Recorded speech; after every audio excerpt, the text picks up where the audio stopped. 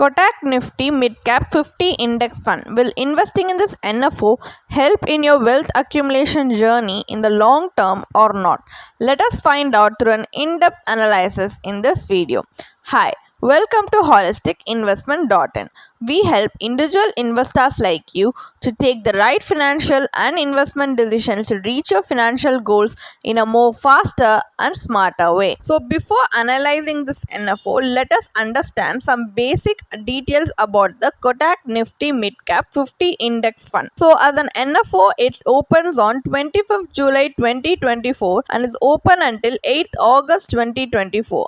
And some of its key features are it has an open-ended fund type and it has Nifty Midcap 50 TRI as its benchmark, and it belongs to the category of equity midcap. And the fund managers for this NFO are Mr. Devendra Singhal, Mr. Satish Dondapatti, Mr. Abhishek Bisan. And the minimum application amount you need to start investing in this fund is just 100 rupees. And according to the riskometer, the risk involved in this NFO is very high. And also the investment objective of the Kotak Nifty Midcap 50 Index Fund is to provide returns to the investors before expenses to closely correspond to the total return of the securities as represented by the underlying index of this fund, which can be subjected to tracking error as it's an index fund. So now let us understand about the Nifty Midcap 50 Index. So this index is completely computed using the free float market capitalization method, wherein the level of the index reflects the total free float market value of all the stocks in the index which are relative to the particular base market capitalization value. And also a preference is given to companies that are available for trading in NSE's future and option segment at the time of final selection for the index. And the Nifty Midcap 50 Index can also be used for a variety of purposes such as benchmarking fund portfolios, launching of index funds, ETFs and other structured products. And the sectors represented under the Nifty Midcap 50 Index Fund are the financial services sector, capital goods, healthcare, automobile and auto components, information technology, telecommunication, consumer services, oil, gas and consumable fuels, chemicals, realty, services, metals and mining, consumer durables, construction materials and textiles. The highest weightage is given to the financial services sector by the weightage of 18.48%, while the lowest weightage is given to the textile sector with a weightage of 1.56%. Now let's take a look at the top 10 stock holdings under the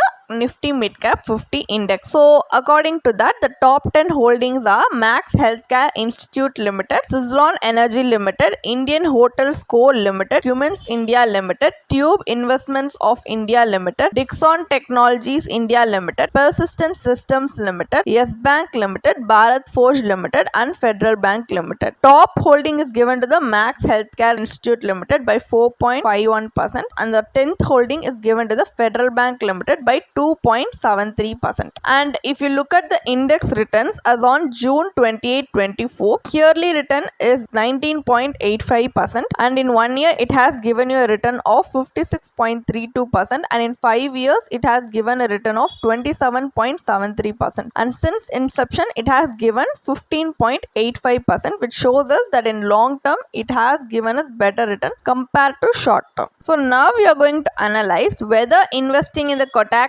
Nifty Midcap 50 Index Fund is worth it or not by thoroughly analyzing the pros and cons of investing in this index fund. So first of all, let's take a look at the pros of investing in this fund, which is it invests in a diversified portfolio that are likely to deliver you with long-term growth with minimal volatility. As we have taken a look at the portfolio returns and the index graph of the Nifty Midcap 50 Index Fund, according to that you can definitely assume that there are likely to deliver long-term growth with minimal volatility, as it also has a diversified portfolio. And this index fund invests across various sectors, and if you compare it with an actively managed fund, the returns from this fund are relatively stable with less volatility. So if you are an ultra conservative investor who does not or not willing to take risk at all, then this fund option might be suitable for you if you are looking to add passive investments to your core equity portfolio.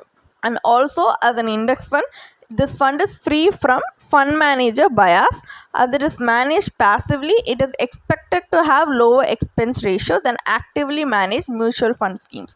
So these are some major advantages present in this NFO which you can thoroughly consider before choosing to invest in this NFO. So as we have taken a look at the pros, it's equally important to understand the cons of investing here as well, because the cons reveals the potential risk you might be undertaking by choosing to invest in this NFO. So now let's take a look at the cons. So the cons of investing in this NFO are, as this fund predominantly invest in equities, it might not be suitable for a short-term investor. Like for example, if you are a short-term investor who's looking to add short-term investments in your investment portfolio, then this NFO might not be a suitable option for you, because this funds predominantly invest in equity. So general suggestion for investing in equities is to at least invest in it for more than 7 to 10 years as a long-term investment, because at that time the market cycle would have also gotten completed and your returns will be a little bit more stable with less volatility. But in a short-term period, market will be highly unpredictable,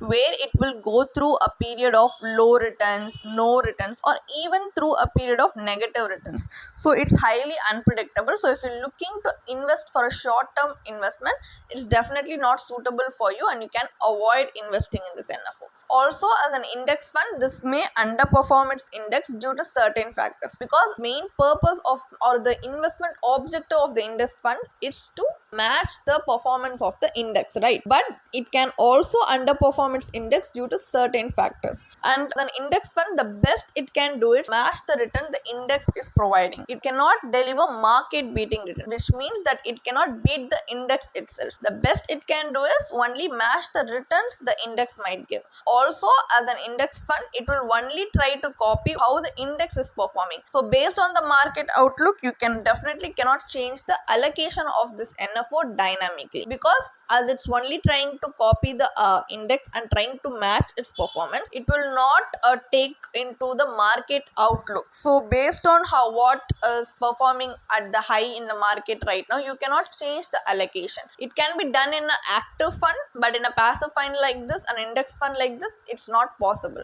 Also, as an index fund, they will only take a look at how the index is performing in an overall view. They will not do an analysis of the underlying stocks under the index and check the soundness of the company of the stocks in which they are going to invest.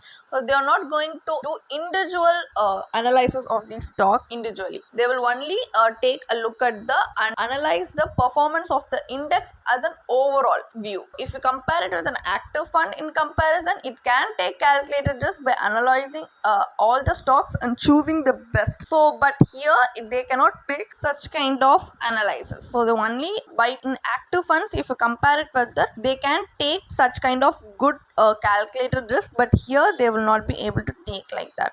Also, the major drawback of an index fund investment is tracking error, since it may not perfectly track its index. As I have already said, due to certain factors, it can even underperform its index, right? So as an index fund, it is not flexible and will not be able to take any course corrective measures during the correction or market crash. So even during a period of market crash, or when you need to take course corrective measures, you will not be able to do, because even then it will only try to replicate what the index is trying to do, the index performance. So this can also be a major drawback of investing in this NFO like an index fund. So you need to definitely consider these factors before choosing to invest in this NFO. So what is the final verdict? Should you invest in this fund or not? As we can see from the analysis, that this fund option might be suitable for an ultra conservative investor who's not willing to take any risk by investing in actively managed funds and instead wants to invest in an index fund like this. But the thing is, there are other similar index funds that also have a lower expense ratio and lower tracking error already available at the market with a good track record, at least for a 7 to 10 years, because at that time you know how the market cycle have gotten completed and how it performs at the highs and lows of the market, right? But here you do not have that kind of track record as is an NFO, and you're only trying to compare the index, right? You do not know how other NFO is going to perform. And also if you compare this index fund, there are other similar index funds that also have a lower expense ratio and lower tracking error compared to this index fund. So if you're willing to take a little bit more risk, then you can also invest in actively managed funds which have the potential to deliver you with higher returns than this one.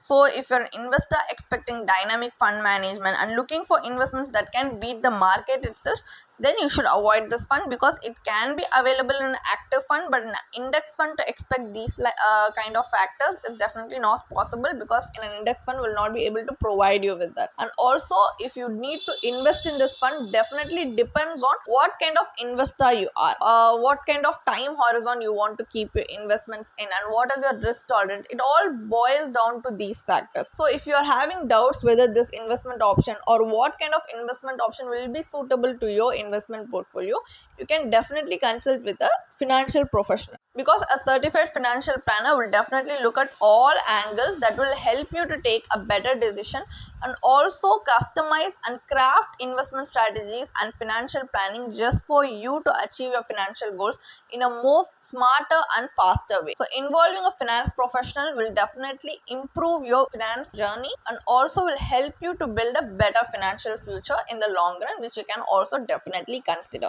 And if you want to gain more professional guidance through a professional financial planner, you can choose to book a one-on-one complimentary consultation with one of our professional financial planner through the link in the description. Also, if you want to gain more investment and financial insights through the leading experts in the finance industry, we also conduct regularly free live webinars through which you can register and gain these insights. The link is in the description. Also, if you like this video, definitely hit like and subscribe to our YouTube channel so we can come up with more such financially beneficial content for you. Thank you for watching.